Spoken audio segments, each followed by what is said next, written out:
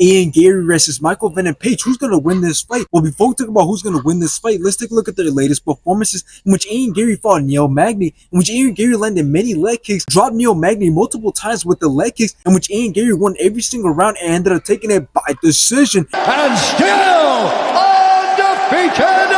After this, Ian Garry went on to fight Jeff Neal, in which it was a very boring fight. Ian Garry was just running. Ian Garry still managed to all-land Jeff Neal, in which he ended up taking it by decision. For the winner by split decision and still undefeated. Let's take a look at Michael Venom Page's latest performances, in which he fought Goichi, in which Michael Venom Page TKO'd Goichi with a nasty kick to the knee in round 1. Someone like Michael Venom Page.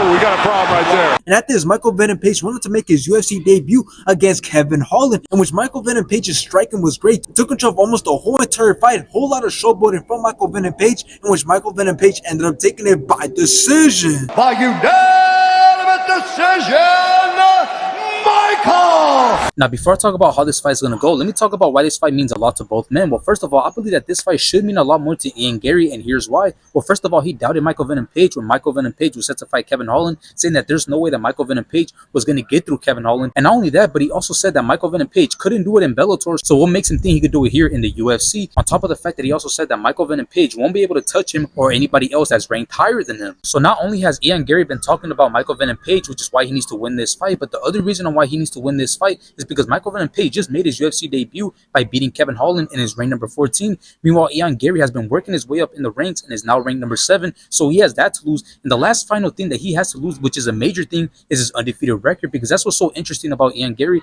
and that's why he's so hated, because he talks and talks, but nobody has been able to beat him. So now how is this fight going to play out? Well, both men are very good strikers in their own ways, because Ian Garry has been able to win by knockout 7 times out of his 14 wins, and we've seen him dominate Neil Magny with a bunch of leg kicks, but then we've seen him do horrible against Jeff Neal. And if we look at Michael Venom Page, we all know that his unique style has allowed him to time shots very well and defend shots and takedowns very well. So I believe that if Michael Venom Page's unique style allowed him to work around with what Kevin Holland had to offer, I could see him doing it again. So I got Michael Venom Page winning this fight.